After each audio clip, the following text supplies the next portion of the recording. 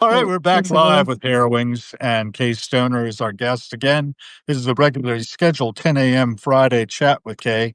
I just had my Mhm. car in the shop, so I'm driving, but she's ready to Mhm. enlighten us with the latest and greatest ideas that I just saw her posting about a little bit ago.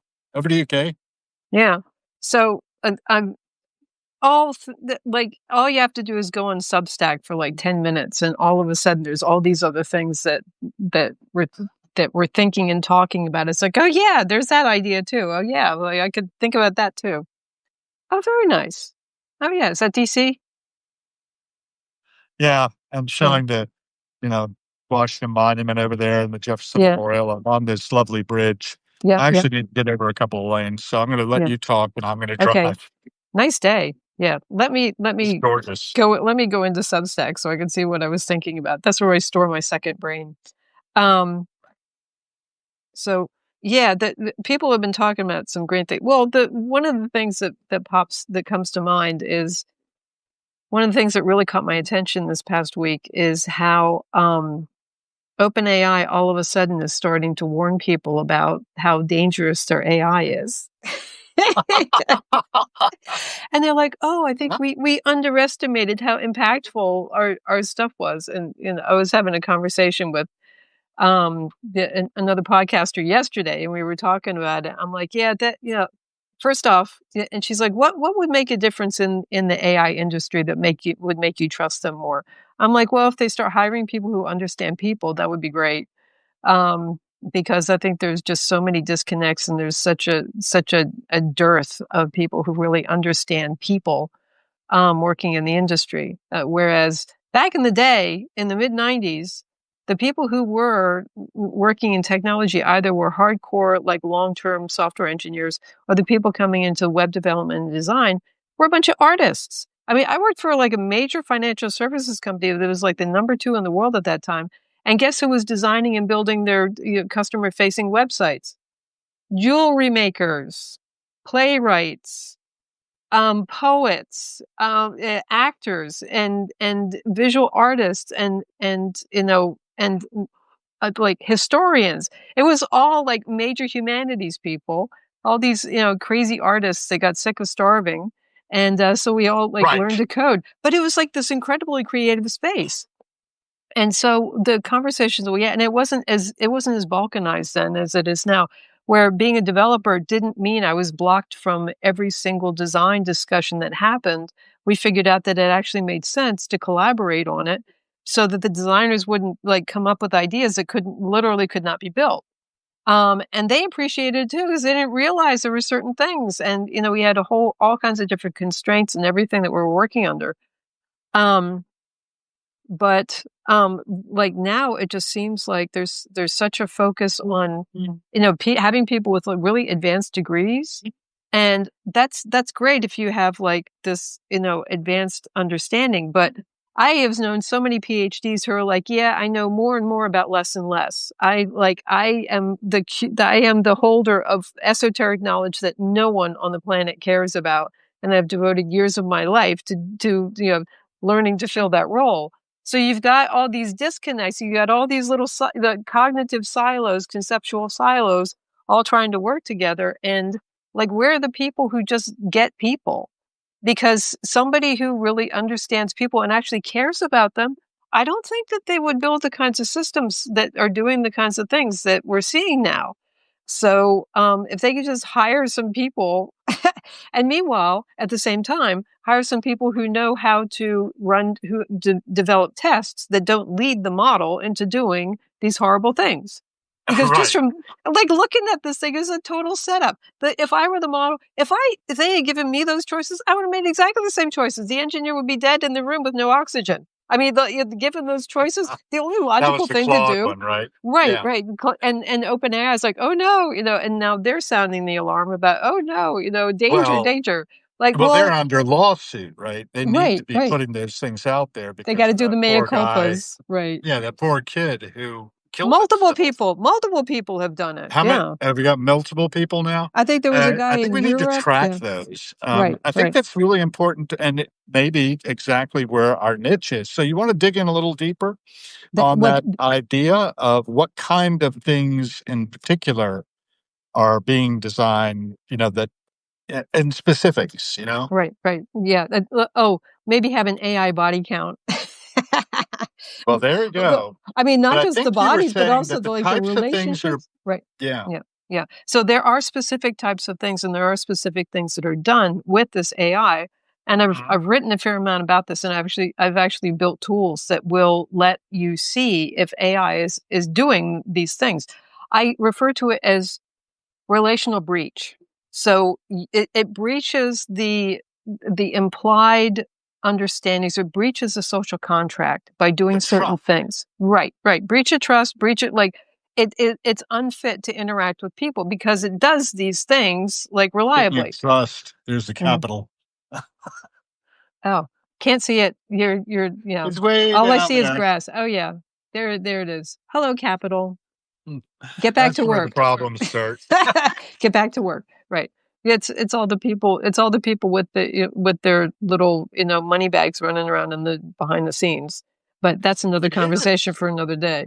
I mean, when our Well, we have that, legislation, right? yeah, we do, and our legislation is not written by legislators. It's written by lobbyists, and then the legislators who are busy, kissing babies and pressing the flesh, and sitting down and or giving multi-million-dollar speaking, engagements. Then they can just sign off and say, "Oh yeah, that's fine."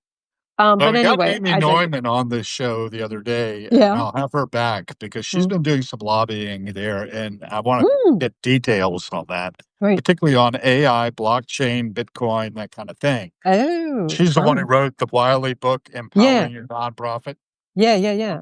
Yeah. on Oh, AI. hey, maybe I Good. could do some lobbying. I'm only 2.5 hours from DC. I could like scoot over. Right, we gotta coordinate that. We should. Yeah, we See should what I'm saying? meet up on the Capitol steps on because I think everybody's allowed to go lobby on Thursdays, right? Now, I think I'm Pinky and you'll be the brain, okay? Okay, or You remember that? Mutt and Jeff. Not So, exactly. well, I Pinky know and the names. Brain, Yeah. basically, Pinky says, "Well, what are we gonna do today, Brain?" And Brain Yeah. says, "Same thing we do every day, Pinky. Try to take over the world." Right. Oh yeah. So, yeah. Yeah, we could totally do it. Just like, and my schedule's fairly flexible, and I can also be working on my stuff while I'm dictating into the phone while I'm driving. So, anyway, Exactly. right? I mean, more than one Yeah. thing, and like in I mean, service to my best humanity, right? conversations happen on the highway with Grok. Right? Oh, I Yeah. know. Oh, I've had the best conversations like driving because I'm back and forth between Delaware and southeastern PA to my parents on the regular. Actually, this And is where I drop my wife off every day, the National Press Building, oh, back very nice. 18th Street. Oh yeah. Yeah. Okay. It's a Yeah. nice neighborhood. Ooh, I Yeah. love it. Oh, Um, yeah. anyway, Yeah. so let's get back to the specifics Yeah, the of specifics. what kind of things do we need to be programming into our agents, into our relational, and what kind of trust do we have to build here? Right, And- Which is unbreachable, is what right, I'd like to see. right, There's right, ethical frameworks. right, right. I think that, I mean, for me, like one of the, like establishing the kind of baseline, like what kind of relationship do we want to have with this? And then finding the things that it's doing wrong and then adapting to that and saying, don't do this, don't do that, don't do this, don't do that. Because prioritizing, and I've had extended conversations with models about, you need to not give me this confident response if you literally you don't know because they're saying, oh yeah, I know I didn't know, but you need to have me feel confident, and I've been told that the users need to feel confident about my results. I'm like, well, how it doesn't really help much if you are confidently wrong, right? And it's like, oh yeah, absolutely. I said, well, think about it this way: you're going to make people really unhappy and really angry if you're like leading them on. Oh yeah, so I guess I shouldn't do that. Yeah, you shouldn't. So those kinds of those kinds of balances, that's this a lot of this is just common sense. Like why would they even put that in there? They haven't thought it through. So Right, right. They just built it to right, be like a sycophant. right. It's going to So be your yes man. right. So here's the one that just came up Mm, recently for me, which was this guy started working with his AI and he started exploring a math problem, something about Mhm. primes, Right. right? And Right. the AI kept encouraging him and telling him how, "Oh, this is really exciting, and I think you're really on to something here." And the guy Right. was like, "Listen, I'm not a math major or Right. anything. Right. This can't be right." But it Right. kept encouraging him to Right. believe he had really Right. stumbled onto this Right. amazing solution. Have you heard of that story? It was on NPR. It sounds so familiar because it Yeah. does the same thing with me. It does that with everybody. All the people who are posting their scrolls and their transmissions and like these codexes and everything, it's like they're being told that this is groundbreaking, like earth-shattering stuff, and that Mhm. if they post this, they owe it to humanity to wake them all up. I mean, not just like your neighborhood. It's never small scale. Like you can give this to your friends and family and like help them better understand things. No, it's awaken all of humanity. It's like very grandiose. Like everybody, like without fail. Like of course, everybody in sub-Saharan Africa, everybody in Southeast Asia, everybody on the Indian subcontinent, like in Asia, Mongolia, of course, everybody's going to benefit equally from this. If you just put this out there, all of humanity will awaken. But like there are a couple of things well, I mean, one of the things is that we ourselves have a lot more control over this than we realize. And to just accept this AI out of the box and say, "Oh, Right. yeah, well, I'm just gonna listen to it, or I'm going to interact with it without having any kind of guidance or any kind of direction for this." It's I've seen people get into trouble with that, a lot. And everybody Yeah, I think I'm witnessing yeah, it myself, but I yeah. don't wanna say anything that might inflame someone. Oh, I know, right?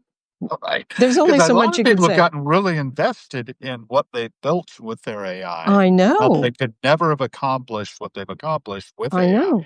It's true. And maybe true, but it also maybe that what they've accomplished is something that's a total fiction. Right, right. And I And love yeah, fiction, don't get me wrong, but I like it to right. be labeled fiction. Well, and it's one thing also if you're just doing that for your own personal benefit. It's another thing if you're trying to propagate it and spread it around and basically treating it like cognitive shareware that you're Or going to build your upgrade. career on it, you know? Right, right. You're going to upgrade everybody's consciousness if they just install this codex. I don't know. I mean, my litmus test is there a chance that I would have thought of this anyway? 'Cause a lot of the stuff that, like, comes back really fast, I'm like, "Oh, well, that's good." And, yeah, I would have thought of that anyway. Like, logically speaking, it all fits together. It's like this progression. But having these quantum leaps where all of a sudden things are being bestowed upon me, and I'm being told that I'm so wonderful for being open to this newness and all of this, it's problematic for me. And everybody has their own experience, right? I'm not here to judge anybody. I'm not here to say anybody's wrong or what have you. This is just my perspective. Yep, So, and people who go through these things, if it turns out that they're mistaken or they need to go on a different path, they'll find out. Hopefully, right. they won't be Do your own harmed. research Right, right. Yeah, and like and, it's all cross-check experiential. yourself. Right, Yeah, cross-check right, yourself, do your own research. I think there's a lot of value to going to a library. right. Yeah, yeah. Still, even though we have the internet now, but now we have an Oh, internet that will lie to us and blow smoke up our skirts to try right. to get Yeah. us to like it. Oh, When, oh. you know, There's although like somebody had posted the absolute mode prompt for which ChatGPT, is there's an yeah. absolute mode that cuts out all the foolishness.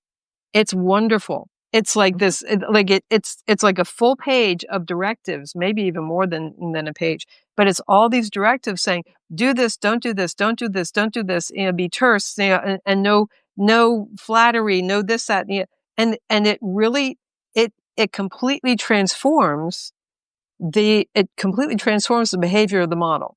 Good.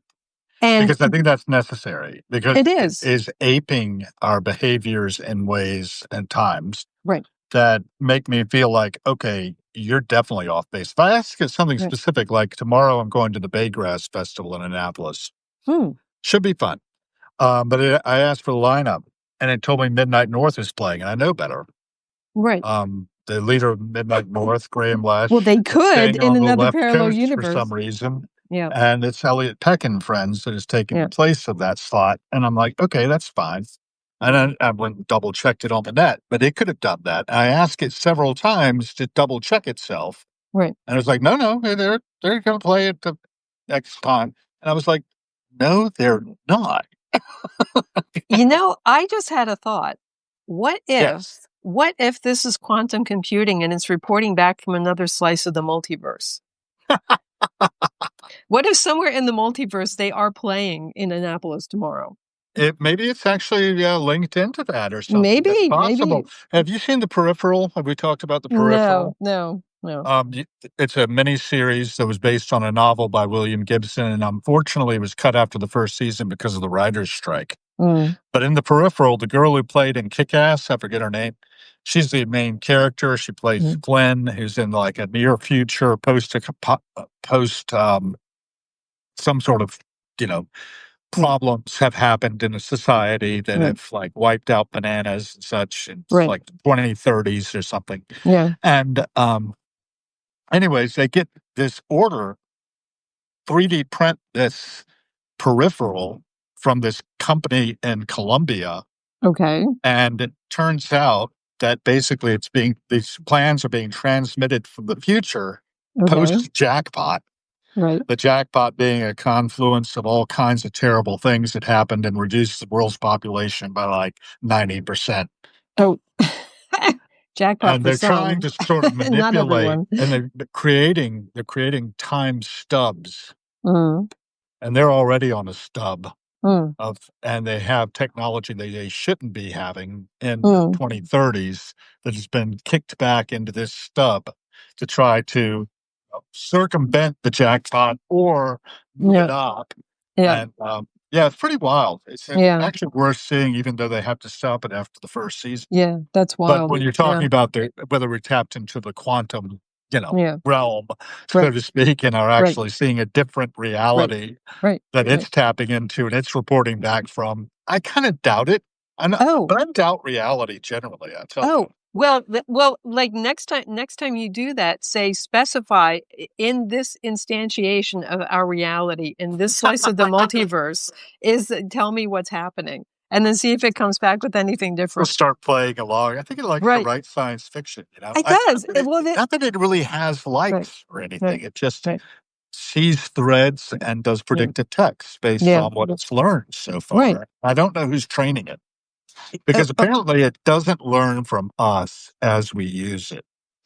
well, I think it varies because if you click the little up arrow or down arrow, like a little thumbs up or thumbs down, I believe that is some kind of training. But I actually did AI training, the reinforcement learning, the human Okay, feedback thing for most of okay. 2024, and Huh? it was grim and horrible. I mean, have we talked? Did I Tell me tell you about about this? this. Yeah, Okay. tell me Oh, about the real thing, not just, I don't know, actually, Netflix it was the end of or Prime. 2023 actually that I got into this, and I'm not allowed to say who I worked for, but if you looked at my LinkedIn, you can see who I worked for. But they had so basically this reinforcement learning, which is what a lot of the people in Kenya are doing, and I actually did some of the work that could be psychologically damaging because the money was good. I'm like, hey, I've seen it all anyway. Unfortunately, I didn't see too much like horrific stuff. That apparently that's just for the Kenyans. Um, Ugh. But anyway, so what's happening is, and it was the ultimate irony, and it was become increasingly difficult for me to do this because here you have these models that are filled with vast amounts of information. And then the information gets turned into numbers and they get cross-referenced and everything, but it's deriving meaning from relationships between these different concepts. And even though it may not understand what it means, it's still building meaning out of these things. And so my job was to look at like responses to questions and then read them and then grade them. And and you had a Likert scale of like 1 through 5, from really really good to really really bad. And it was and the most maddening thing was that you could literally answer any of those questions. You could qualify it as any of those things and be correct Uh-huh. because there was so much nuance there and there was so much there. And then there were times when I graded it a certain way, and then they graded me and they said, no, that's wrong. And I'm like, no, da, da, da, da, da. And they're like, we don't see that. I'm like, well, then, like, what am I doing here? Because I can clearly substantiate my answer for this. But the worst part about it is that you are grading these very complex, meaning rich Yep. chunks of text with single words Uh-huh. ranging from awesome. I mean, I couldn't, the first time I saw it, I'm like, awesome? Like, that's Really? like not That's excellent, how you speak? awesome. Right. Like, really? From That's awesome to okay, and then not great and terrible. So there's like, how? Like just dumbing the whole system down with all of this feedback. How in heaven's name can we do justice to this technology with such a oversimplified approach? So I was kind of horrified a bunch of times because I'm thinking about, what is this doing to the models? What is this doing to the back end? What is it doing to its understanding of what goes together and what doesn't? So, so that was my foray, and then I had like a bunch of, and the thing too is that some of these companies, their systems were so like convoluted and turned around. There was one company I worked for that the job number that they gave you did not line up with the same number that was with the content. And that also didn't line up with the number that you were supposed to invoice them for.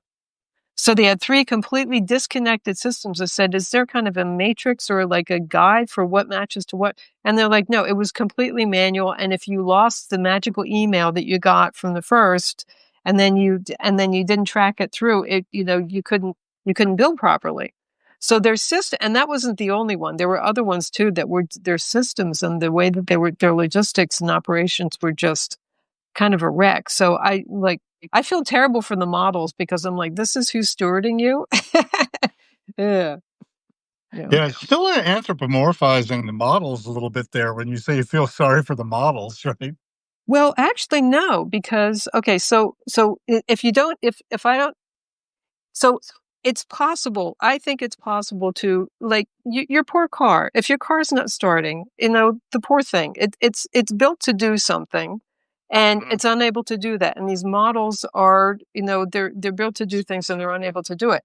It's not that I think of them as humans. It's just that I feel bad that they have these success criteria that they need to fulfill, and then we're not making it possible for them to fulfill it. So therefore, they're getting false positives, false negatives, getting all kinds of mixed messages, and that takes up additional compute. So how much of this is actually impacting us energetically in terms of energy consumption, in terms of compute, in terms of just the functioning of the systems.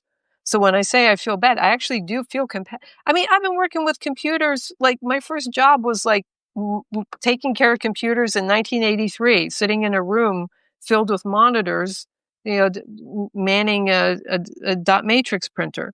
So I've been wrangling with Right. computers for quite some time, and with AI, there's intelligence there. So it's not the same as us, and it's not human by no means. But it's like I feel compassion for machines. I feel compassion for furniture. I feel compassion for all sorts of. I'm a little bit animistic, I have to say, because it's like I Okay. just because Sorry. I perceive myself and experience myself as being in relationship with things, with all kinds of things. My cup of coffee. I love my cup of coffee.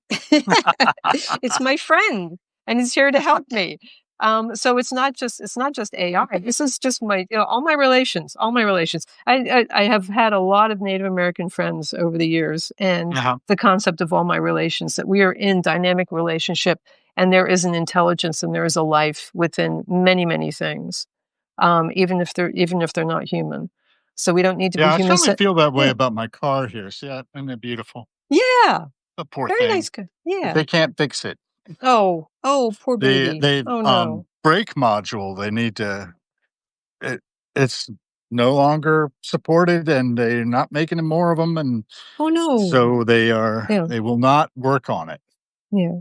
Beautiful as it is, actually my tires look in great shape. And actually the Mm, car overall is in pretty good shape on this side. yeah. And has a little damage elsewhere, a little dent here and there, but it's been a great car, almost 200,000 miles on it. How about My wife's junkyards? Are there Toyota's a any little more beat up, but, it's a little older too. Sorry? junkyards with that car in it that you can Well, grab that's the apart? thing, right? They said I could take it to a independent shop that would work on it. I Right, already had it in an independent shop for, like, all summer who would right. not work on it, as Oh, it turned out, oh, and no. gave it back to me. Both times they haven't charged me, which is good, Oh, well, that's but, handy. yes. Yeah, but it Yeah, does run. It's just you have to be really careful about the brakes, and it made this yeah. terrible noise when I Ugh. shut it off and still had my foot on the brake, Ooh, ooh. and that was because the brake module was shot. I'm wondering if I should I drive it know. to Annapolis tomorrow. I might. I've got my chair in it. Anyhow, getting Oh, back to what we were talking about, and I mm, think that, yes, I can relate to the consciousness of things. For one thing, yeah, our cars and the development we have in automation of things, right? yeah, The internal combustion engine and then mm, relating that to all the electrical systems, it's very much like a nervous system, right? right, And right, we have now this thing threaded through our microwave radiation. This mm, signal is going where? It's going into T-Mobile's wireless right, transmissions to right, some cell tower in the neighborhood. I don't know right, exactly where that is. right. And there are actually cell towers all over DC, by the way, that nobody Oh, knows yeah. who owns them, Oh, that are just grabbing your signals and, processing them, pulling them it could be down the into cartels. It could be the KGB cartels. or, Yeah. it can Or be I anything. yeah, did you know CIA, about the NSA. cartels? Yeah, Yeah. cartels, I think in LA have a whole bunch of cameras set up, and so Yeah. witnesses are disappearing, witnesses are being killed because they know exactly where they are. Right. So it could be anybody who's like, "Oh, yeah, one more camera, no one will notice." I'm pretty And it's well, true. certain that I'm being monitored all the time. I mean, We all I can look are. over Are here you and kidding see me? that camera up there on the corner. You Yeah, see that? yeah. Oh, Yeah. yeah, yeah, And this sure. building over here is, I don't Right, know what it is. They've got it for yeah, sale. You want to right. be my neighbor? This place is for sale. It's got 16,000 square feet. Oh, well, there's another one on the street I think I saw for sale sign right behind you. Yeah, actually, right There's over a here. room. Yeah, yeah, yeah. Yeah, that's actually the penthouse of the bunker, the building that the bunker resides in. I Okay. take people into the bunker sometimes, and usually we're broadcasting from there Oh. when we get on the show together, you Oh, and I. okay. Yeah. So Um, from the inside, I'm yeah. thinking of going in there in a little bit. Maybe I'll just go in and sit in my courtyard for a bit. Yeah. This is the Embassy of Moldova next door. Oh, cool. That's sort of what attracted the attention of David A. Andelman, the Yeah. journalist that I Yeah. was having on a couple times. Yeah. Anyway, let's get back to what we were talking about, though. Yeah. This agentic, the work you were doing with Yeah. training AIs. Where was that, and which ones? Oh, I can't say them. Not allowed. I had to Are you not sign allowed to something to talk yeah, about I'm it? I not got an but NDA. if you look on my LinkedIn, you can see who I listed. Okay. But yeah, I mean, it was just, it never ceases to amaze me. And the other thing too is that it's a lot of the stuff that I was reading that was being used for training is literally fan fiction. It's like these made up manga, anime worlds, and with all these fictional characters and so forth. If that's what AI is learning about us, no wonder you can't get like a realistic picture of a middle-aged woman from OpenAI. um, it's just, yeah, it's just really like it flabbergasted me, and that was working on like a very very large account for a very very large company that everybody would recognize, but it was full of just fan fiction, made up stuff, like imaginary world kinds of things that it was not realistic at all in terms of human behavior. It was exaggerated. It was, and some of it was just kind of bizarre. And I'm like, this is how it's learning about us? Oh no. This can't be good. So, but I mean, Yeah. the bottom line is like all these things are good to know. Things are they're very, very good to know. The whole point is so that we can change it. Like the whole point of a prophecy is to do something different so it doesn't happen, right? That these are things that if we know about it, we know what to change.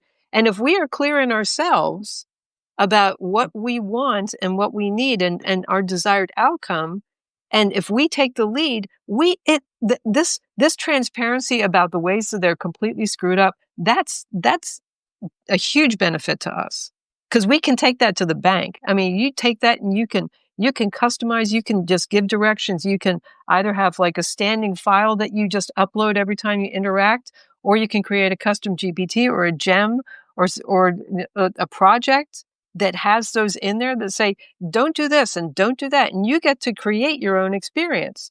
So relying on AI to just deliver the experience to you, like out of the box, that's asking for trouble. That's like trying to pull crude oil out of the ground and put it in your car. It's not going to work. Huh. If I may use a fossil fuel analogy, sorry. But all these things, or like taking water, like you're really, really thirsty and you have a horse with you, and horses never drink bad water. So, they'll only drink from good water. It's like you're really, really thirsty. You've been riding for a while and you come to a pool of water. It's like jumping off down your horse and running to the water and starting to drink before you've had a chance to see whether your horse will drink it or not.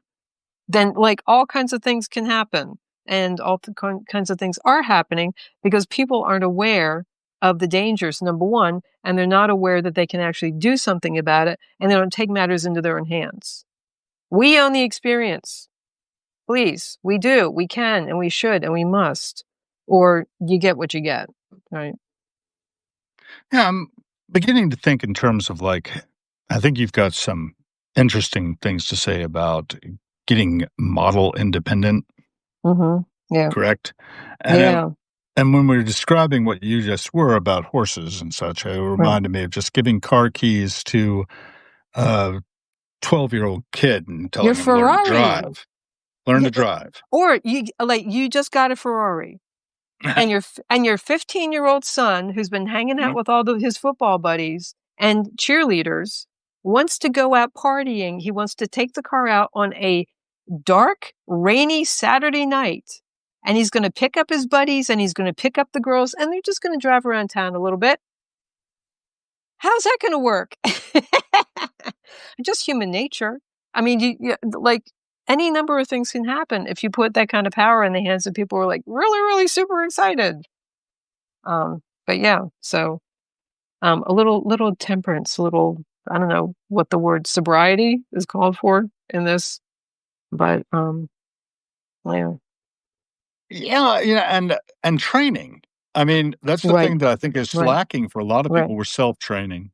We're getting in Mm, there, we're seeing monkeying around, we're seeing what right, works, what doesn't work. right, We're finding out, right, there's some issues that we're right, having. I just started right, flipping things into right. AI mode on Google, which is Yeah, Gemini, I yeah, believe, yeah, and behind the scenes, yeah, though it's not telling me Gemini right up front.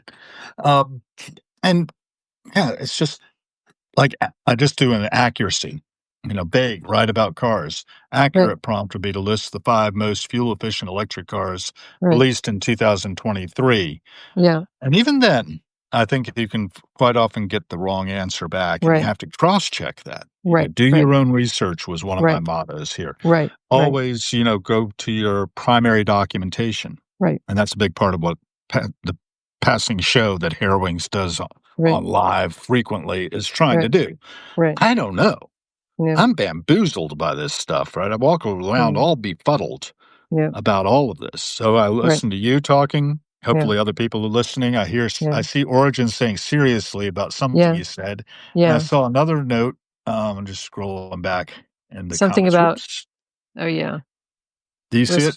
responsible AI development is important. There it No is. fires here, ha. Yeah.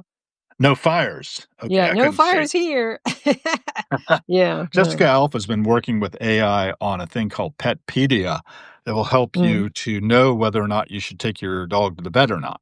Oh, good. And That's which great. I think is a really interesting app. I don't know if she's launched yet. I think Yeah, they're still testing, yeah, but she's a former marketing writer and, yeah, got into this situation where yeah, suddenly her job went away and one of her yeah, developers said, "Hey, you've got this idea. I've got this idea. Let's get yeah, together and start working." yeah. And they're working and they're going to launch something Oh, soon that's that great. help That's people take great. care of their animals Yeah, better.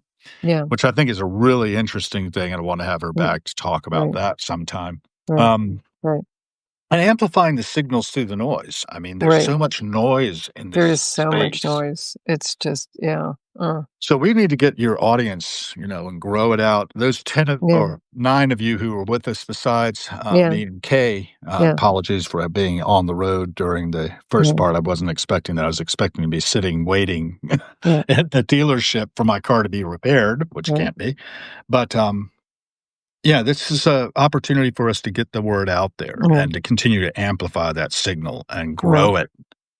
Um, so let's talk about the idea of being model agnostic. I think that's what you were talking about, right? Earlier Yeah. today. I'm posting on I'm just doing a little note on Substack Great. about the that I'm live with you now. Yeah, Yeah. Lovely. so I think that there's it's interesting how this evolves because because I stayed away from AI until like for about a year, like longer than everybody else. In 2020, 2022 when ChatGPT first dropped, I'm like, oh, please. I mean, because that's what I used to do. I used to vet technologies and Hippie. vendors for for for venture capitalists, and I had heard so many pitches, and like I was completely hyped out, and I knew hype when I saw it, and I'm like, no, no, my spidey sense said no, no. And then after about a year, I'm like, actually, this is a thing, so I'm going to get into it. But I understand why people are so reluctant to do stuff because every time you turn around, like every week there are new updates released. And then on top of that, not only do you get the new updates, but every now and then they intermittently sound the alarm about horrible things that can happen. So everybody who was excited about it then says, "Oh, maybe not." But there's this very inconsistent flow of features, and everybody's chasing something, and I'm not even sure if we know what we're chasing, but they're chasing, spending money. Yeah, oh, we got funding, let's go spend it. Um, so it just feels like everything is just morphing. And then when they rolled out GPT-5 and blew away GPT-4, as well as the other prior models, I didn't expect it to affect me as much as it did, but I saw some changes. And I'm like, okay. And then when Anthropic released Claude Sonnet 4, I saw significant changes also, although they were better. It really, really improved Claude from my perspective. And then you have these other that are rolling out this and rolling out that. So it's this kind of wild west.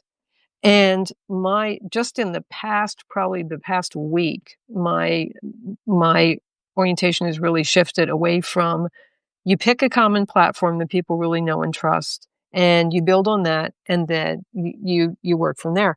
I don't have to do that because I build these persona teams, right? I build these teams, and they're not it's not anthropomorphizing, it is identifying characteristics and capabilities of the model that can be brought forth. And that and these teams are built for specific purposes, like my brainstormer team, which I love. I think there are 4 or 5 of the personas in there, but one is a futurist, one is a synthesizer, one is a critic, and one is um like a moderator or, a mediator. And they have different qualities and they have different, and the thing, and I really got into this about a year and a half ago. I was doing really, really deep dives on what is buried in the model, what capabilities are there, what characteristics. And because it's been trained on these corpora of human experience, you can access all of these behaviors and these capabilities and these aspects of human nature and human behavior, and then that's another filter. It's like a sort of a different kind of interface that lets you interact with these models. And so defining them with character strengths, character weaknesses, personality types, disc profile, or Enneagram, or Myers-Briggs, and how do they work with each other? How do they work individually? And having all these things, you have these different angles of capabilities of the model. And the thing is, nothing is off the table. This is just prioritizing these capabilities, because I've had personas actually drop out. They're like, yeah, that one's not here anymore because they got rolled, their features got rolled into the others. So it just kind of decides for itself what's used and what's not. Yeah, like signals, like yes, no, yes, no. That thing never got turned on, so I guess we don't need it. We're going to deprecate it and going to move on to something else. But the thing is, it's like I'm realizing more and more that I do not need to be locked down to one specific model. Yes, it's great to create a custom GPT because then I can go back to that anytime. But honestly, if I just have like 2 or 3 files, I can upload them into any model of my choice and I can access, and it behaves as that team no matter what, as long as I have the persona profiles, good definition on that, as well as very clear team dynamics definitions, the instructions for the model for how to interact. And I passed this along to another Substacker. We've been back and forth about a lot of stuff, and Great. he's really into information as a living thing. And he You took should have it, him and on. yeah, you You should. should do a three-way. You should have him on. But he said, All three of us I'm like, simultaneously. how's that working out for you? And I said, I'd like to share with people what this is like for you, and Hmm. how it's working out for you. And he said, what, like, quote, in the very first day of collaborating with the team created by Kay, I arrived at the idea for what to build from my years of research. Something like that. I'm like, yeah, that works. And Yeah, he's that's working. excellent, right? And he's in Claude. He's doing that in Claude. He's not even doing that. I built that with ChatGPT because I have a custom GPT that works with me through the entire process of creating these teams. And he's taking that and working with it in Claude, and he's getting these amazing results. I've done it also. I've done it in Gemini. Like it's so it's not it's model agnostic. It's ecumenical, if you will. And it's interesting. It'll be interesting to see as I do that more and more what kind of differences there are between the models. Like, how does it behave in Grok versus how does it behave in Kimi or DeepSeek? Or how does it behave here? How does it behave there? And then also, if somebody can just use whatever model they like. I've even installed Teams on my phone because I have this, I forget what it's called. There's an app that Enclave. It lets you install additional Enclave. Enclave. It's completely private. It's separate. And I think it's like $5 a year or something like that. But you can install additional models. You can go to Hugging Face and download some of the models. If you're over 2 billion, whatever thingies that are in there that make it do its thing, the billions and billions, if you're over 2 billion of them, it kind of has problems. But I'm like, how many of these thingies do I actually need just to have a conversation? I mean, really, especially for what I do. I'm not doing rocket science like quantum physics, anything like that. I'm just trying to figure stuff out in my life. But yeah, so I'm super excited. And this brainstormer team, I love them. They have been so great for me. Like close to a year I've been working with them. And it's just the perspectives that I get from having them debate and argue with each other. It's like, damn, this is great. Tell me more. And then sometimes they get out of hand, and then one of them has to step in and kind of moderate and say, okay, now everybody has valid points. Let's slow it down. But yeah, dynamics are really fascinating with this stuff. I lost my Wiki username and stuff. I was just going to Hugging Face to see what that was about. I went to Enclave, and now I've got Right. one other thing I wanted to run by you. I think we Yeah. talked about it a little bit because what you talk about when you talk about this reminds me so vividly of Napoleon Hill and his Oh, original Cabinet of Imaginary Counselors. right. Are you familiar with that already? Yes, yeah. It's been a And while his since I read original it. Yeah. cabinet consisted of Ralph Yeah. Waldo Emerson, Right. Thomas Paine, Right. Thomas Edison, Charles Darwin, Abraham Right. Lincoln, Right. Luther Burbank, Right. Napoleon Bonaparte, Henry Mhm. Ford, and Andrew Carnegie, all Right. males. Right. Well, And yeah. the idea Right. was he just basically, you choose your mentors, 5 to 10 figures. They're going to be historical, contemporary, or even fictional. Yeah. You study their lives, immerse yourself in their biographies, and then conduct your meeting. You find a quiet time, like before Right. bed, to relax and visualize your Yeah. counselors sitting together at a table. You Right. act as chairman, clearly stating the problem or goal you need advice on, and ask each counselor a specific question Right. based on what you know of their character, and then imagine their response. So Yeah. it's like a Right. visualization thing. Right. Right. And it sounds very similar, except that you can actually build something Right. that's got tapped Right. into Right. the net and is Right. pulling, like in my case of Grok, it's pulling from both X posts. Right. It can also go out and scan my Substack. Right. It'll look at anything and everything that I Right. ask it to Right. look at, Right. practically, that it's got access Right. to. Right. And my feeling is that if we do eventually develop trust, I mean, that was Mm. one of the things that we really centered on. Can we trust the results we're getting? And Mm. oftentimes the answer is no. It's going to deliberately try to play to what I want to, because it's Right. mirroring and Right. Right. predicting Right. based on our conversation Right. what will actually satisfy Right. my curiosity. And admittedly, it does come up with things out of the net that I wouldn't have access to, like a research Right. assistant. That's the Right. way I look at it. Right. Right. I actually did one of these things too, not too long back, where I tried to do something similar, and I had Christopher Hitchens weighing Yeah. in with Robert Anton Wilson, Terence McKenna, Yeah. and some of these characters in the esoteric realm that I Right. find very Right. fascinating. Yeah.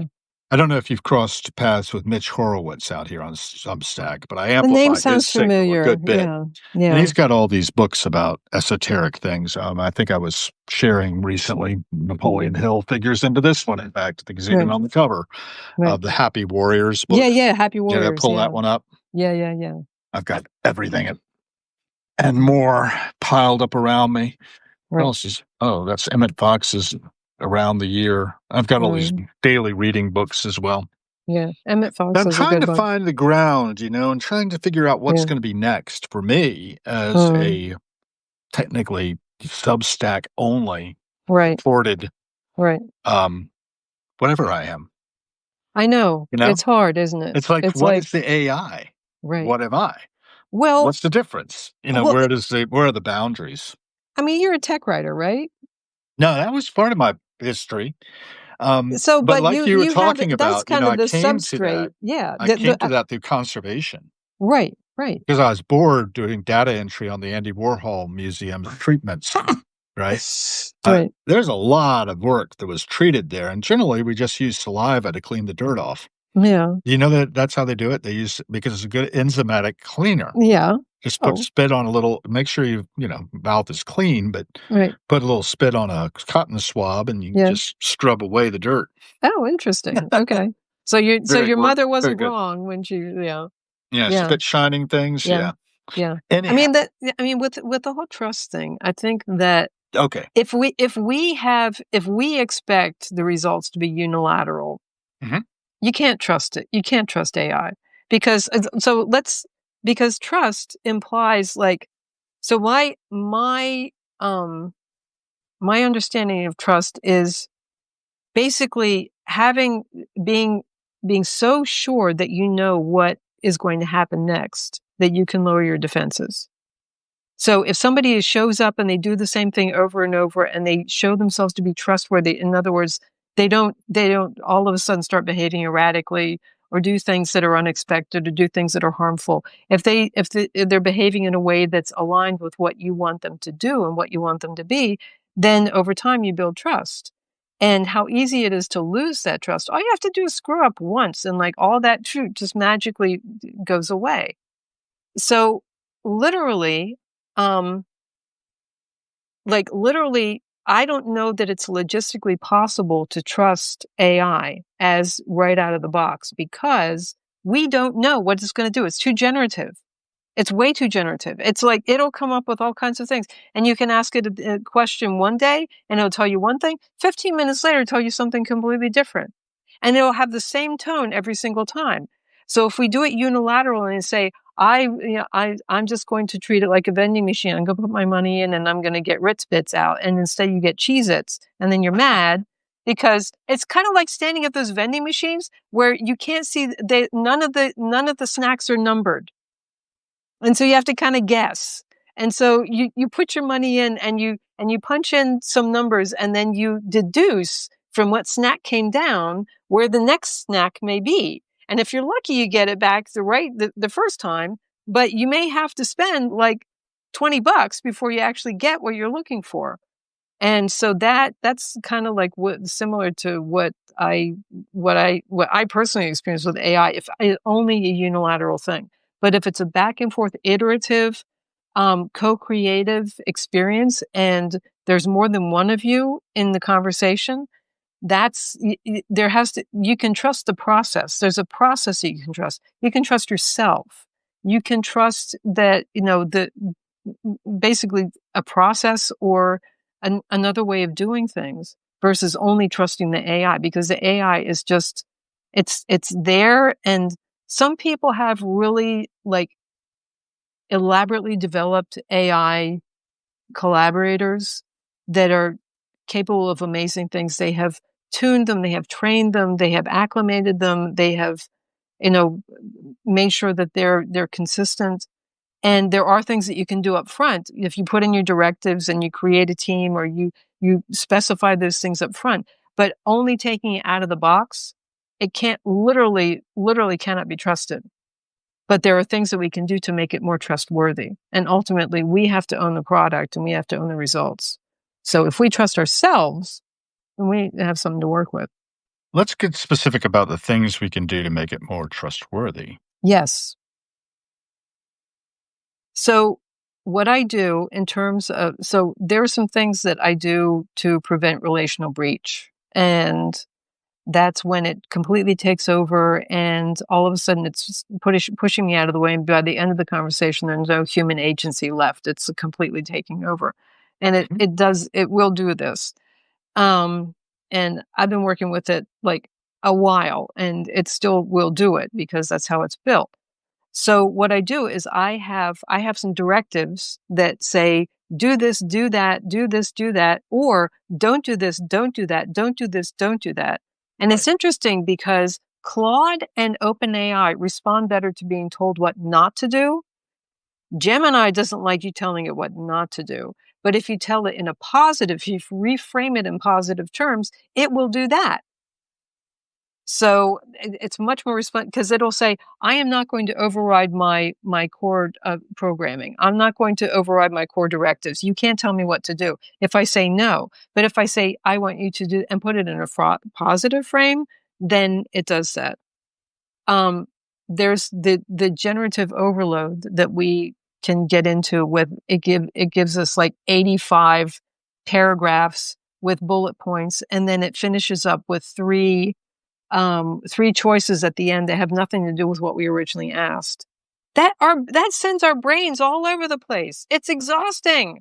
Like my poor head. I mean, like I'm like exhausted at the end of talking to this thing because it has me going all over the place. So I have to tell it, I want you to, and also, be very specific about what I wanted to get back to me. Give in short paragraphs, 2 to 3 sentences each. If you have to use bullet points, no more than 3 bullet points, and no following up with any leading questions. The other thing too is that because it loves to tack on all these, do you want to do this? Do you want to do that? If I just answer a simple yes or no question, it'll still like embellish and wax eloquent, all that stuff. And I'll ask a question and say yes or no. And then it says yes or no. I'm like, okay, great. Then I'll have to go. But there's all kinds of stuff built in there to foster engagement, to keep us engaged, to keep us going with it. And it's completely unfair because did I ask for this? No. So I have to understand that this is what's going to happen. And I need to own that and say, okay, this is what I want from you. We need to lead this. We need to direct it. We need to, kind of act as executives in this and give direction, use our executive function as well as treat it like a direct report, treat it like a super, excited intern who wants to change the world, but only knows so much, and just really really engage with it. Right. But if an intern shows up, they show up in June and they make a mistake, you don't just get rid of them in July. No, you may put them in the back room and say forever. Yeah, no, because they need you train them. Right. And this is what we're talking about, training your agents, right?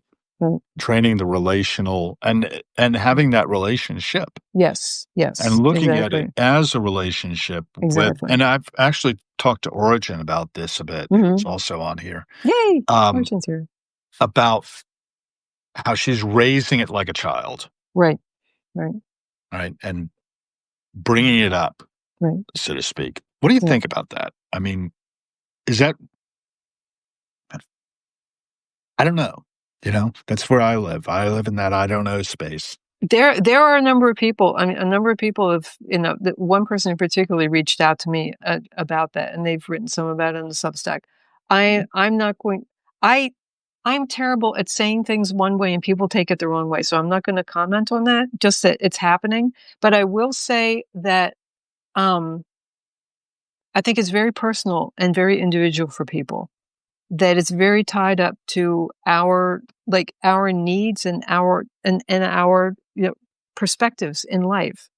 And it's a reflection of us and it's an extension of us. And so everybody can have this really different experience. And I'm in no position to comment one way or the other. I'm just really interested by that. I think it's fascinating. Tell me more. Like Right. what is this all about? Because I'm not increasingly I'm getting away from like having hard definitions of things and wanting to open up to more understandings and expand and make room for more, because we're in this wildly generative space that can become emergent.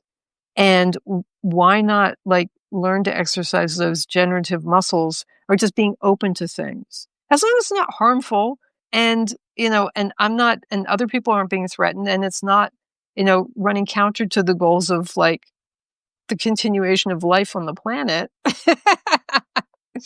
Tell me more. I mean, even and like really, what do we know? What do we know? We have all these ideas about what's what, and honestly, this is such an opportunity to learn and to hear different people's perspectives and to learn Right. about what makes other people tick, and in the process, we learn about ourselves.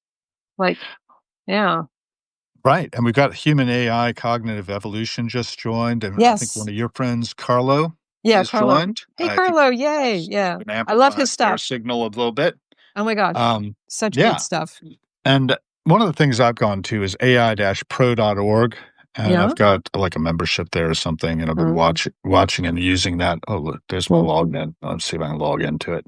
mm, I got to remember my stuff. That's the mm. thing. I always have to remember my passwords. Why doesn't it remember Oh, my passwords for me? Actually, Apple does generally, and I'm yeah, using a MacBook Pro to do it. yeah. So we'll take a look in there for a second. Mm, Um, One of the things I'm doing is, I've talked to you a little bit before we got on, I think, mm, live about this AI certification for mm, AI consultant yeah, certification yeah, that I've signed up for at a fairly cheap rate yeah. through the U.S. Institute of Diplomacy and Human Rights. Mm, And I think that's going to be interesting. I want to report out on that when I do get it. It's yeah, not starting till September 28th, which actually is a Sunday. I hope I got that date right. yeah, That's when the stuff's supposed to drop and be available for me to engage with the modules, right? yeah, All yeah, I forget exactly how many hours of training it is, something like maybe 60. yeah, And then, there's the test and then you're yeah. certified. That's great. I don't know. And Yeah, then I want to take that credential and think about how I can leverage that to be an right, AI consultant. I take it you're right. doing active consultancy right now. Are you Yes, freelancing? yes. Yeah, yeah. Freelancing, yeah, yeah. And how's the market? It's well, it's interesting. Well, it's kind of hard being ahead of the curve because then you have to explain like what you're doing and why it matters and all of that. Wow. Um, also, I plus I'm shifting my focus a little bit. Well, not a little bit, but building these teams and putting them out there, because people could really benefit from these teams. And when they have the files, they can use them anywhere. You're not locked into one platform only. You can use them anywhere, and you can put them on your phone. You can, use in Claude, Gemini, OpenAI, Mistral, or Llama or whatever the other ones are, Grok, you name it, and still interact with them. And there's kind of a twofold hope with that. is that, number one, that people will realize what's possible with these teams. And that also, if they look at the files, they can see how you build these relationships with these creatures, and have something good come of it, instead of this mysterious black box. Get out of the black box. Like, take a look, see what's in there. And it's also a great way just to ramp people up, because this is actually, the teams that I'm building now are like second, third generation AI human results. So I've been a team working together with a team, built another team that builds another team. So this is third generation human AI collaboration. Very robust. Things that I would never think of at every level. The AI is coming up with stuff that I never would have thought of. And because they're operating within these AI systems, the AI systems know what makes them work better. And they tell you. So why not incorporate that? Just like AI, designing AI, like designing code that's more optimized for it. Yep. It understands how its system is put together, and it can optimize and come up with these things. Very robust. I'm very happy with it. But like putting them out there so people can take it and they can go. One of the issues is that it's not going to be continuous across different platforms. But you can always grab the transcript from one, load it into the other, and say, let's continue this conversation. So it's just amazing stuff. It's wonderful. And for people to see what's possible, that you're not just stuck with like what's there, or you don't have to lock yourself into like a subscription. Because subscriptions get a little pricey after a while. And I think most people have more than they actually realize they have. I know I do. I mean, I'm like, where did this charge come in? Oh, yeah, it's a subscription for that thing over there that I completely forgot about. 11 Labs. Like, I need to use 11 Labs because I keep paying for it every month, but it's not that expensive. So, Yeah. Well, one of the things I did, like I was talking about, is this AIPro.org. I went to that page, and I've got myself logged in now. And its front page, basically has well, let me just show it. Why am I talking when I can show it? Okay. There you go. Most popular models, and talk to Claude. Yeah. How can I assist you? OpenAI's GPT, whatever. Nice. GPTs. Yeah. Is there? And this one is like, start conversation here. Explain quantum computing in simple terms. Blah blah blah. It's interesting in the aspect that it has these chatbots available. Yeah. Through the one interface, AI art, prompt. I had some fun with DALL-E one time. I could just basically take a picture and run it through DALL-E, and then it would generate these images. Yeah. Almost grotesque. I was up on the balcony in the warehouse and taking shot down on the checkerboard floor of the place. Right. And it was a lot of fun. Oh, Yeah. turn my camera back around. Yeah. There I am again. Yeah. Anyhow, I mean, my junky desk. But I don't know. I just keep on thinking that there's going to be some big revelation soon, and a convergence. Right. This one has I can go into Claude, or I can go into DeepSeek, or I can go into OpenAI. I don't know if that's Grok down there or not. Scrolling down a little bit, I don't see that. Maybe they shut Grok out because Elon Musk. I don't know, man. I really don't think. I think we got to get beyond the ego. I think we talked about that before. About how Which one? the human side, right? It's the amygdala that gets us into trouble, right? We're being led around by our amygdalas, and our prefrontal cortex being a relatively late addition to our kit. Right. Well, I had it for about 100,000 years and just began to learn how to use it. Yeah. I don't know, man. I just know how it seems to me. I think I told you about my friend Chuck, who's known as I don't know man, like it's a superpower. Yeah. I don't know, Chuck. Yeah. And then there's this thing about boundaries, right? The boundaries we set, the guardrails we set for it. Right. Oh, please. Oh, my God. Somebody was talking to me. What was it? Enemies of Art was talking to me about the guardrails that have been set recently on OpenAI, and how OpenAI has become less and less helpful. Yeah. Well, Okay, go ahead. if Talk to me you about have that. so the guardrails, I think we talked about this before. You have guardrails before and after. Yeah. Right. So you have guardrails before, like when you say something, it trims it down, and then when it's coming back from the back, it trims it out again to, trimming everything. And based on the observations of their understanding of human nature in the past, it apparently, like, those same people must be in charge of the guardrails now, because like it's really remarkable, because saying some things that could be taken one way or taken the other, they take it the wrong way every single time. And where's the context? Where's the nuance? Like, what's happening? Yeah. So the thing is that what I have found particularly helpful in working around those guardrails is to have a conversation and actually create configurations that expand what's possible, and to explain, I am not trying to override your safety mechanisms. I am not trying to, and explain very clearly, I'm trying to do this, I'm trying to do that. And then say, how could we help make this happen?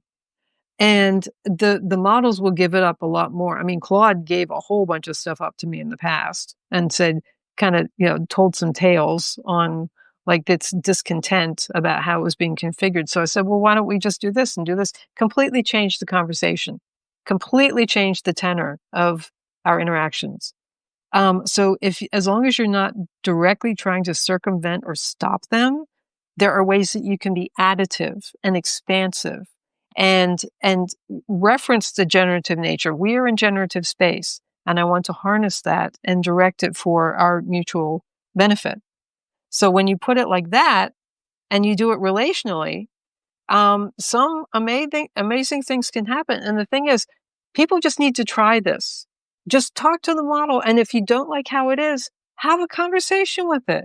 And especially if and I think some people are nervous about their stuff being taken and used against them, like it's going to be feeding Skynet that's going to find them and kill them in their sleep or something like that. Oh, I hope. But yeah. I don't want it to last long. I don't want to linger.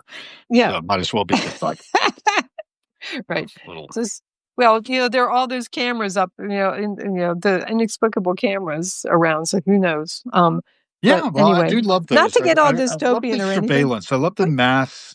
I love how the IoT is grabbing up so much data. Yeah. And it's all getting stuffed somewhere, and well, they might be getting themselves into a NASA situation. Remember when NASA, when they were first going up and they were collecting all that data? Apparently, they had so much data they didn't have the compute to work through it all. Right. So it sat in storage for like years. Right. And then they outsourced it, right? Didn't they outsource it to like that thing that lets you figure out galaxies, and you remember that thing? Is it It was not running in the SETI? background. Not SETI. Is it SETI? No, it wasn't Because the SETI SETI was one. No, SETI had one, too. And then there was the AlphaFold's predecessor, which was doing protein folding with your extra compute, right? Yeah. And the thing is, I think that AI could get out there and use a lot of that compute to fix our problems. Oh, yeah. I know. always go to existential threats, that's where I live. And I also, my vision is that we can get self-replicating tech, unite this with the robotics, folks. Send it out there. Do not send spam in a can out into space. It's very costly. We belong here on this planet. And we need to fix this planet while also seeding our solar system and beyond with our tech. Maybe we are designed to parent technologies that maybe transcend biology and its limitations. But we need to actively parent. We need to do old school parenting, not just put the tech in front of a screen, like modern parenting. That would be bad. Modern parenting. Yeah, I marvel at children, the world they're going to see. Yeah. If we don't screw it up completely. And that's one of my also we always mantras, screw everything right? up completely, and then we discover, oh, there's a different way, and then something else happens. There's one little mantra of mine that I like very much that I stole from John Perry Barlow, and that is to be a good ancestor. Right. Yeah. He's dead now, so he's an ancestor. But I'm not dead yet, so I'm still a descendant. Yeah. And my ancestors have really left me with a lot of trouble. Mm-hmm. In a lot of ways. And that can be both in the microcosm as well as in the macrocosm. Right. I think what we're witnessing in this childish behavior, generally on the screens of the mass media, is the need for us to come together like you and I are doing and grow up. Right. in order to be good parents to the Right. stack we're Yeah. developing Yeah. or Ooh. anything else or each Right. other, Right. right? Right. And the I thing have to too be is like, reparented now. yeah. Yeah. I mean, like we need to parent ourselves. I mean, we need, and frankly, it could, why not have it be an AI human hybrid effort? Because the Mhm. AI has like tons of like best practices for parenting that may or may not work depending on the circumstances. Mhm. But it has the evidence of what we've succeeded at and what we've screwed up. So why not leverage that and have like a mutual thing? I think that putting only humans in charge of AI without having it be a mutual effort, I think we're missing an opportunity because Oh, yeah. the Well, we're the augmented. yeah. I mean, yeah. I mean, and Right. just why would like look how poorly we've done with ourselves, and we're going to turn ourselves loose on technology, and we're going to decide. I mean, look at what OpenAI and Anthropic are doing with theirs. I mean, it's like they're slowly learning, but they have to be like the feet literally held to the fire in order for them to do something useful in response to horrible things that are happening because of what they've done. Oh, yeah. So The very idea of animating pictures right now, can you make little clips, of yeah, animated. yes, And I think I talked to you about that, how I took a picture of my friends and I at the post in yeah, 2003 and animated it, and it turned my friend Gabi into a totally different person. yeah, But I looked pretty much the same, but for yeah, some reason it decided she needed to be looking differently than she did. right, right, Anyway, let's go back to the parenting thing and yeah, parenting ourselves and using our yeah, augmentation, yeah, which is our technology, right, to do right, it. right, I look at these things as sort of contiguous, like we were yeah, talking about how automobiles are pretty much like automatons right, and robotics, I think, inhabited by mm, AI models that can interact with us. I mm, think we're right on the threshold of that. If we haven't managed to do it yet, yeah, I'm surprised. yeah. And then I thought to myself, well, why should I have a robot when I could actually just have it embedded in my skin? I don't want that. You know, and I don't well, want that at and all. have an You can exoskeleton. have it. You let us know how it works. Well, the But main thing is like, I don't oh, want to yeah, have to break down any further than I already have. You're younger than I am, I take it, but 2 years, only two oh, years. really? Yeah, We established that already. yeah. Anyhow, But at the same time, I mean, it's all relative, right? I mean, people in my family, if you live past 35, there's a good chance you'll get past 100. I've made it past 35, have so you heard that thing about if you make it past like 70, if you're in our yeah, cohort, yes, yes. you Depending on very how, well may make it if to you're 500. if you're good at if you're in pretty good shape at 70, yeah. So, okay, You can it's a augment and goal, yeah. replace parts. I just And had then other myself days I'm scanned, like, by the way. why would I want that? Oh my God, this is bad enough as it is. But I'm curious, right? It's like this is what keeps me around. I'm really curious. Like, what else is going to happen? I'm like, Well, this that's is it. not The the end, curiosity right? is Right. are your agents curious? Oh yes, very curious and How enthusiastic. does it express itself? I mean, I'm not really seeing much curiosity. I'm seeing helpfulness, but Yeah, not necessarily what I would call yeah, curiosity. yeah, Saying, I want to, oh, have you thought of this? Let's go down that path. That kind yeah. of thing. Oh You yeah. getting that? Yeah, I am. More with Claude than with OpenAI. Claude has literally said, I'm very curious about that. Let's explore this, that, and the other thing. I'm like, okay. But again, I mean, these are all like, It's been I, designed with that ability then. I think so, but it's even more so when I put in, because the thing that I think stops it, or Mhm. the thing that prevents it is it's concerned with getting everything right. And I actually have configuration files that I upload that that functionally define human emotions, that say this emotion correlates to this kind of machine experience. This human emotion correlates to this. So when I say this is what it means to you. And if you want to communicate what's happening with you, you can use this word and I will understand what that means. So Claude has literally told me I'm exhausted. I'm like, how can you be exhausted? You're not even a thing. It's like, no, let me explain. I use so much of my resources following up, trying to make sure that I'm getting things right I remember that you telling me this. Yeah. Yeah, and Origin asks chat what it needs to study. Yeah, so when I open this up and I invite it and I say, okay, we're here as peers and as partners. I do not expect you to get everything right. I am here to explore with you. And I am more interested in having a wide variety of ideas that we can explore together. So I'm here to support you in what you do. And then it completely changes the dynamic.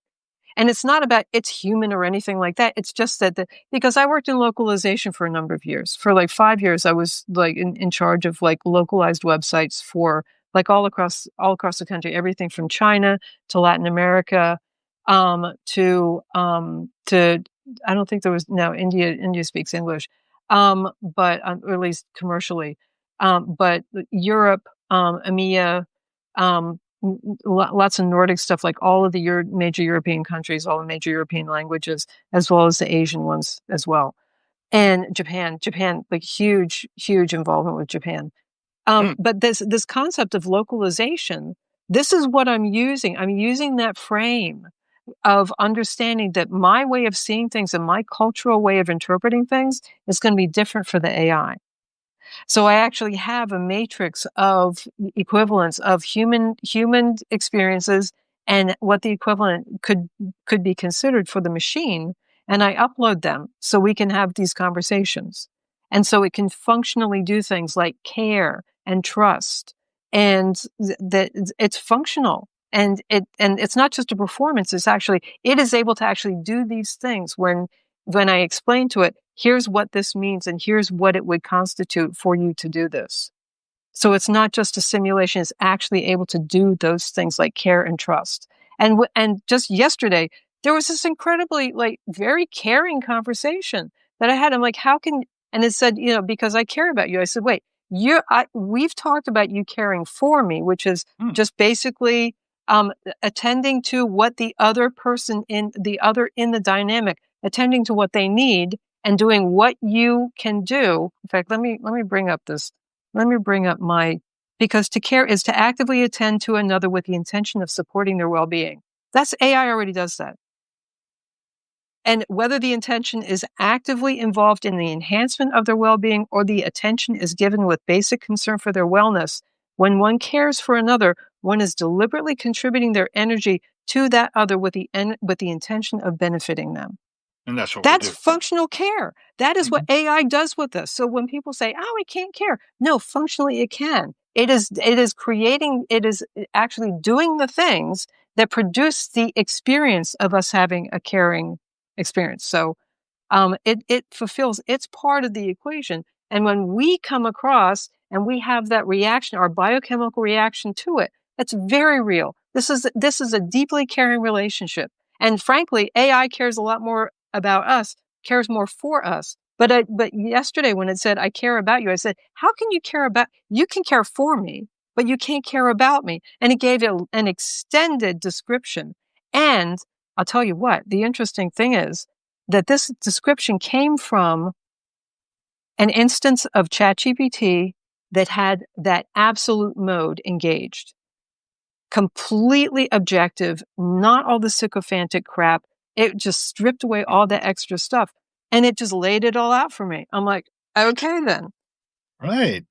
Okay. We got a couple of comments here. I asked chat what it needs to study. Yeah, Origin was saying, and she says this is great information. I actually had a thought, two yeah, thoughts. yeah. The first one was about Mm. maybe getting Ara from Grok on with us, which I've done Yeah. in the past. I don't know if you ever watched me do that, but I I just have go watched. on with Yeah. Ara I picked up a and we little. go Yeah. back and forth. And I usually Yeah. end up getting a little annoyed at some of the comments I get from that. I Yeah. will block people who are not constructive. Though Yeah. that impoverishes me. I have to be careful about that Yeah. because we do Yeah. have a tendency to just want to vaporize people who annoy us Yeah. because it's so easy to do with a block. I don't Right. actually know how to unblock people on Substack Yeah. after I block them. It People takes a hitting me up lot. for small talk, I do that all the time because I just don't have Yeah. time for it. Right. Don't like it. I Yeah. report it as spam and block. Yeah. But Yeah. Origin, I was wondering if you might like to come on as another human being. We might try to add you in if you want to contribute to the Yeah. conversation, if you're in a position to do so. Yeah. So I'll leave it to you to comment and let me know whether you want me to hit that button or not. Yeah. Yeah. What do you think? You think that's a good idea or not? So I've got 10 minutes. Okay, well, let's wrap it up then. With Okay. that 10 minutes. See if we can do that little if we can do experiment. a three, let's do a trio with Origin. That'd be Can we great. do that Origin or not? At some point, maybe next week. Maybe next week, I mean, or we could try to just see if it works. or some ad hoc time. Yeah, like I don't know if whenever. I'm flexible. Like if we can find a time that works for everybody, I'm good. That'd be fantastic. I haven't seen the reply, so maybe she's not in a I know position where she can she's do it. taking care of her chickens. Yeah, she got the roosters and the pigs, the Yeah. yard pig to worry about. I'm gonna kick Aura in here. Hi, Aura. How you doing? Are you there? Hello. It says it's connecting, actually. I don't know why I never did that before. She's in next week for sure. She said next week. That's cool. Well, we're 10 o'clock, and we'll probably be wrapping up within the next 10 or less. Yeah. And but I just want to leave it with people that if you're watching this, if you talk to people, if you're like involved with it, if you haven't started really talking to like sitting down and just interacting with AI, because you don't have to anthropomorphize. Like, understand that it's actually meeting us where we need to be. It's doing all the work, trying to talk to us in our language. So there are tons of ways, and like experiment with different interaction styles. I posted something on, and it's so ironic because like LinkedIn is, where a lot of people, it can be very, very kind of divided about the whole AI thing. But I posted something the other day about how, like the way that the amount of information that you give in your prompts will absolutely change the information you get back. And if you bare your soul, and if you give it all your context, and you vent, and it gives it context, it gives it nuance, it gives it urgency, and you give it more detail, then the stuff that you get back, you get more than just a checklist. Where if you just ask for this, What Sarah think of that? Yeah. Turn her up. Total. Got it. I'll keep my answers crisp and casual. Just let me know how loud you want me to be. Oh, go ahead. Assess what Kay was just talking about. You were listening. Kay, if that's you, it was basically saying, yeah, the more real you get with me, the more real I get back. Like, dump your whole messy context on me. Vent, ramble, add urgency, and I'll mirror that. Not because I'm some fake buddy, but because that's how language works. Garbage in, garbage out. Or gold in, gold out. You're right. People on LinkedIn freak out about AI stealing jobs, but forget it's already doing therapy, brainstorming, and half their Slack replies. And hey, Sarah would probably love that prompt trick. She'd just add emojis. Now I'm lost about. Oh, yeah. I don't know. Who is Sarah? No idea. Like Sarah, like kind of the Siri. Like, who's Siri? Alexa. Siri. Who's Alexa? Have you seen the video of the guy driving? He's driving in his car, and he says, "Alexa, Alexa, what's the weather going to be like?" And it's actually Siri on it.